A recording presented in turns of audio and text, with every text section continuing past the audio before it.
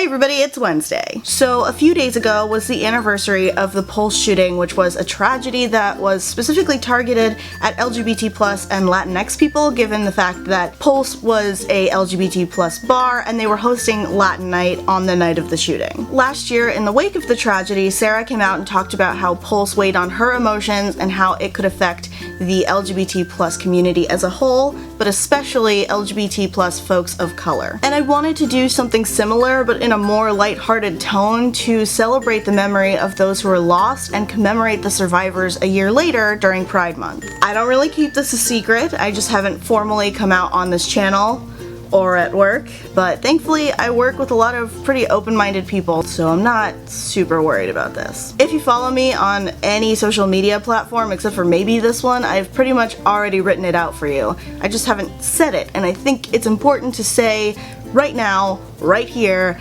that I'm bisexual. I've known that I'm bisexual for about the last 10 years or so. I don't have a defining moment when I realized that I was bisexual or even remember learning what the term was, to be honest, but I also just have a terrible memory and don't remember a lot of really big things that happened in my life. I can remember that Megan Fox was the first woman that I ever really acknowledged that I had a crush on. I remember telling my friends in middle school that I was bi, and then some of them actually thanked me for coming out because finally they had a term for their own feelings as well. At 13, I didn't really face a lot of people telling me that I was confused or that I would pick a side eventually. My mom and I remember my original coming out to my parents very differently. My dad just kind of like let it roll off his shoulders, didn't really care, kind of you do you matter of dealing with it. My mom was upset, and not because of what I was saying, but because she remembers me playing a joke on her with it and telling her that I was in a relationship with my best friend when I wasn't, and then we laughed at her about it, and I don't remember doing that, but like I said, I don't remember things 100% completely. In any case, the way that I remembered it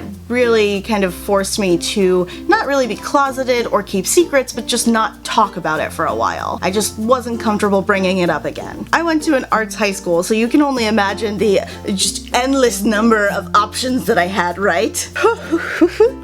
I have never actually been in a relationship ever. But I was out and proud in high school. Even if I didn't stand on the top of the film building and scream that I was bisexual, I wasn't closeted. I could talk to my friends about my same-sex crushes in a comfortable manner. I even asked a girl out my freshman year, which is the only time that I've ever done that. Didn't scar me or anything, she put me down easily, but I did tell her that I wanted to be friends with her rather than nothing. We're not still friends, but I don't think that has anything to do with it. I think that's just what happens after you leave high school. I want to clarify that at that point in my life, I had a very basic understanding of what being bisexual meant. And I had some internalized biphobia and misogyny, despite the fact that I wasn't ashamed of being bi. At the time, I didn't quite understand that being bisexual didn't just mean that I could like men and women, but that I could like people of two or more genders, or people of no gender at all. And I remember telling myself, I hope I never said it out loud, but again, I have a terrible memory, that I could hook up with women, but because women were catty and high school existed,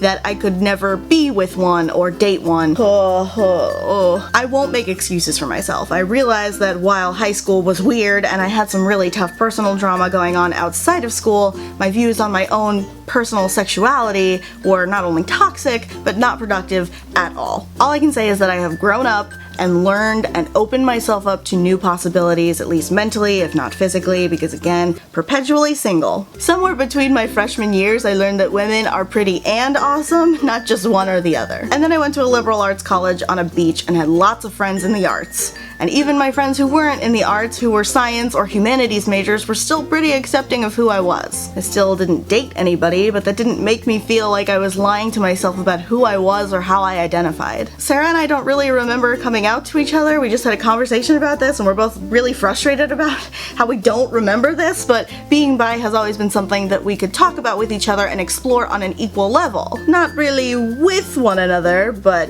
as each other's support. I've made sure to judge the people that Sarah has crushes on based on who they are as a person and how they treat her, not how they identify or what form of relationship she has with them. Sarah has mostly just tried to set me up with people who are out of my league, even though she would say that nobody is out of my league. Thanks, but not true. Or people that are hundreds, if not thousands of miles away from me, and I have issues with long distance relationships, but that's another talk for another time. And somewhere along the way, I realized that I did like people in and outside of the gender binary. I realized that there was nothing wrong with that and that I could be happy and open about it with everyone in my family. And so I came out to my parents again, this time more casually, and I can talk about my crushes regardless of who they are without having to think about who I'm talking to. This is important to me. I really want to clarify that I do tell people that I am bisexual. On a personal level, it's taken me quite a long time to be comfortable using that term. I don't personally tell people that I am queer or that I'm gay,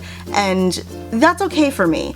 It's okay for other people to say that they are bisexual and also use those terms. I'm not offended about being put into a group of queer or gay people. I personally will tell you specifically that I am bisexual because of the biphobia and the stigma that I have had to overcome myself. I realize that I've had it pretty easy as far as coming out and not having to face external biphobia. I have had to overcome different stigmas and stereotypes, but doing so has made me a better and prouder person. And after the Pulse tragedy happened just hours away from where I live, I realized that now more than ever it is important, almost imperative, to have this conversation, to come out on this platform and to reinstate for our community that it is okay to be out and proud, even in the face of danger.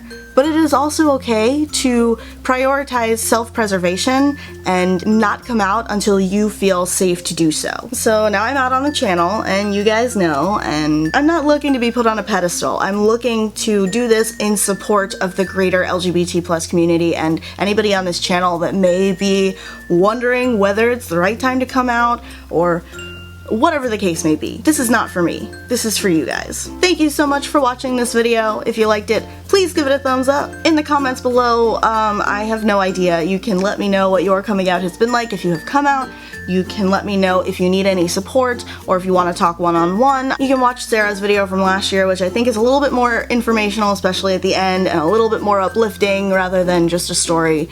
But it'll be in the cards and in the description below as well. So there won't be a video from us next week, and that's because Sarah and I are going to be at VidCon. We'll be making lots of friends and doing networking things and learning all about being YouTubers, and we're super freaking excited. If you're not already subscribed to The Princess and the Scrivener, please do so down below, especially if you would like to see more videos on Disney, intersectional feminism, pop culture critiques, and more. Happy Pride Month, and Sarah and I will see you next week.